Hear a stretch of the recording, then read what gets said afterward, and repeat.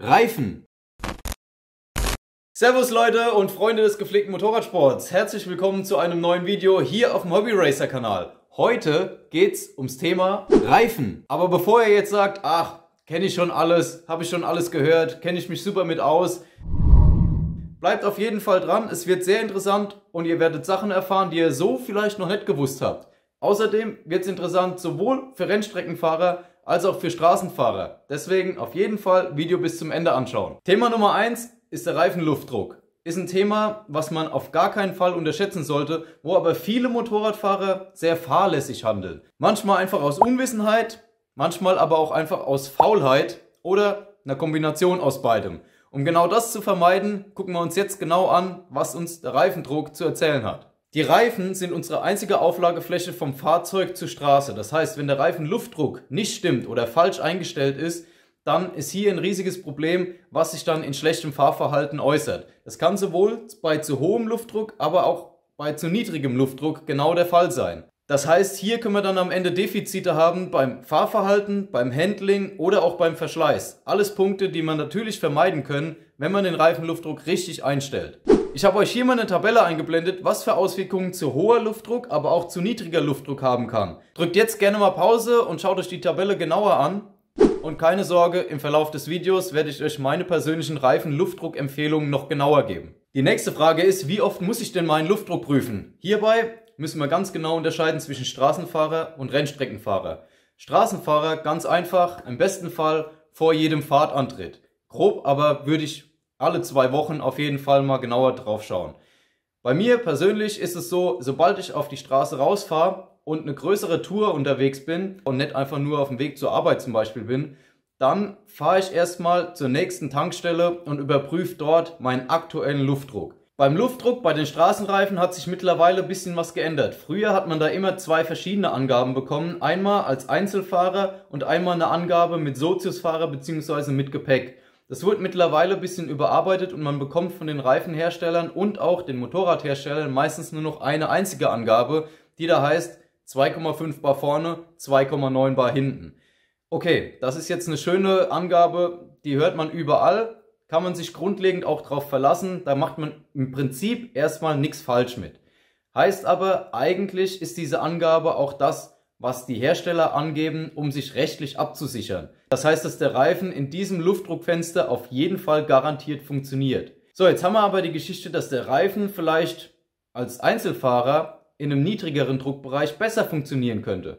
Das Ganze gilt es dann entsprechend rauszufinden. Das heißt, ihr könnt hier langsam in 0,1, 0,2 Bar Schritten nach unten korrigieren, um zu prüfen, funktioniert der Reifen für euch in dem entsprechenden Fenster dann besser. Das bedeutet auch, ihr müsst hier ein bisschen rumtesten. Wie viel Bar hat der Reifen kalt? Wie zügig bin ich am Fahren? Wie sind die Wettertemperaturen und Gegebenheiten draußen? Und inwieweit verändert sich dabei der Luftdruck dann während der Fahrt? Das heißt, wenn ihr vor Fahrtantritt zum Beispiel den Vorderreifen auf 2,3 Bar kalt gemessen stellt und fahrt dann eine Runde, der Reifen wird warm, die Luft dehnt sich aus, dann kommt ihr am Ende bei warm gemessenen 2,5 Bar vorne raus, was wieder genau der Herstellerangabe entspricht. Wenn der Reifen jetzt kalt gemessen vorne 2,5, hinten 2,9 Bar hat und ihr fahrt sehr zügig, kann es natürlich durchaus vorkommen, dass ihr dann vorne einen Luftdruck von 2,7, 2,8 Bar auf einmal erreicht und hinten 3,1, 3,2.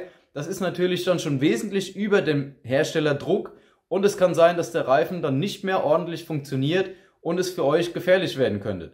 Deswegen passt auf jeden Fall den Reifen und den Luftdruck immer euch, eurer Fahrweise und den Gegebenheiten draußen an. Kontrolliert regelmäßig nach und findet das perfekte Fenster für euren eigenen Fahrstil, für eure Geschwindigkeit. Das gleiche gilt natürlich auch, wenn ihr unterwegs seid zu zweit oder mit viel Gepäck. Da müsst ihr natürlich hier auch regelmäßig überprüfen, ob der Reifendruck noch in seinem Fenster ist oder ob ihr durch das höhere Gewicht auf einmal doch wieder über der Angabe seid. Ich persönlich habe zum Beispiel die Erfahrung gemacht mit meiner Straßenmaschine Street Triple 675 und Mitas Sportforce Plus Reifen, dass ich mit 2,3 Bar vorne und 2,5 Bar hinten die besten Erfahrungen gemacht habe. Hier funktioniert für mich das Motorrad am besten. Es ist agil, es ist handlich, der Reifen fährt sich schön gleichmäßig ab, ohne jetzt irgendeinen erhöhten Verschleiß, macht damit seine 3.500 Kilometer, funktioniert wunderbar für mich. Natürlich variiert auch hier, je nachdem wie draußen die Temperaturen und so weiter sind, je nachdem ob ich jetzt zügig oder langsamer unterwegs bin, der Luftdruck mal um 0,1 bar ungefähr. Aber ich kontrolliere trotzdem regelmäßig nach und gucke, dass der Reifendruck immer wieder in diesem Fenster ungefähr passt. Auf der Rennstrecke dagegen ist es ein ganz anderes Thema. Hier müssen wir den Luftdruck regelmäßig kontrollieren, durchgehend kontrollieren und am besten den Luftdruck auch begleiten. Das heißt in dem Fall, ich ziehe morgens meine Reifenwärmer auf meinen Slick auf und starte damit, den Reifen zu erwärmen. Das Ganze sollte mindestens eine Stunde, ich persönlich mache eher 1,5 bis 2 Stunden vor dem ersten Turn den Reifenwärmer an. Dann warte ich erstmal eine halbe Stunde ungefähr, dass der Reifen so ein bisschen eine Grundwärme bekommt und prüfe dabei aber immer wieder, welchen Luftdruck er hat.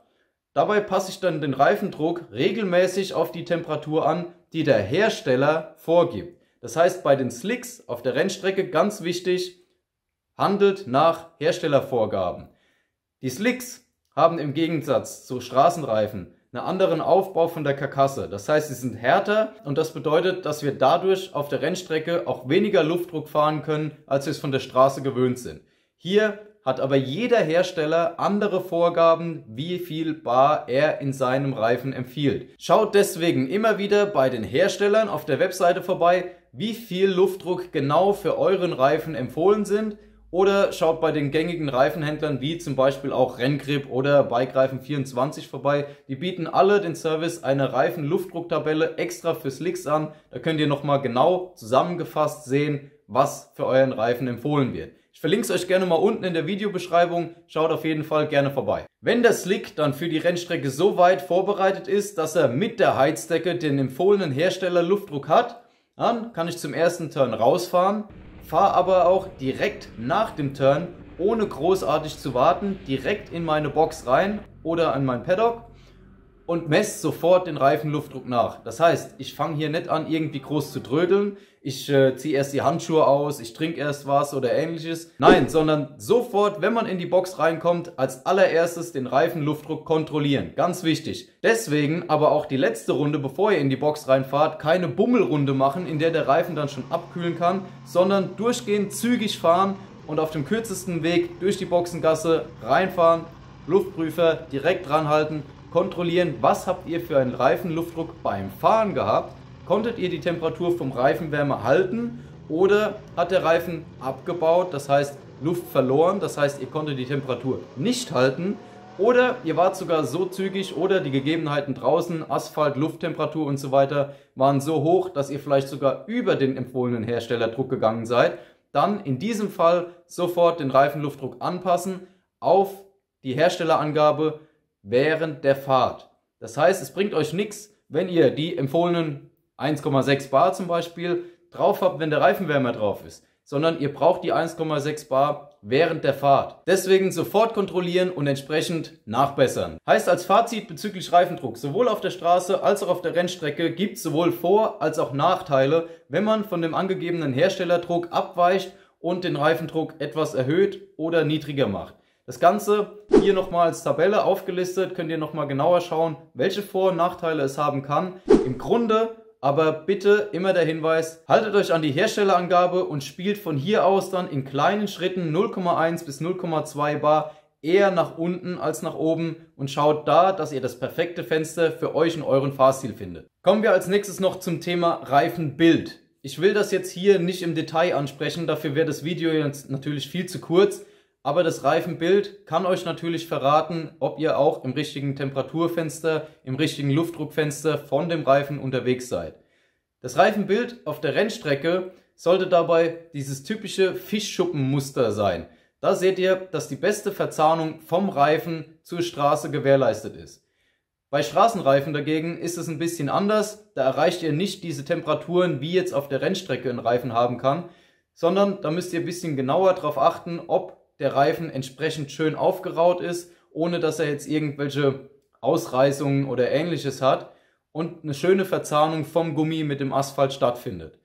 Ich will jetzt hier in diesem Video nicht zu tief ins Detail gehen, was das Reifenbild an sich angeht, aber kann euch Videoempfehlungen aussprechen. Zum einen für die Rennstreckenfahrer schaut gerne mal bei Matthias Meindl vorbei oder für die Straßenfahrer bei Chain Brothers. Ich verlinke beide Videos unten in meiner Videobeschreibung. Grüße gehen raus. Die Videos sind sehr gut, sehr informativ. Schaut bei den Jungs gerne mal vorbei. Einen kleinen Bonustipp für euch habe ich noch, und zwar, was machen wir mit dem Reifendruck über Winter, wenn wir unser Motorrad einlagern? Ganz einfach, im besten Fall den Luftdruck vorm Einlagern nochmal richtig einstellen und, wenn möglich, das Motorrad aufbocken. Das heißt, entweder ihr habt einen Zentralständer oder ihr habt Ständer für vorne und hinten, damit die Räder in der Luft stehen. So gewährleistet ihr, dass der Reifendruck gleichmäßig auf den Reifen verteilt ist und über die längere Standzeit kein Standplatten entstehen kann. Plus vor der ersten Fahrt nach dem langen Winter natürlich als allererstes den Luftdruck kontrollieren und wieder korrekt einstellen.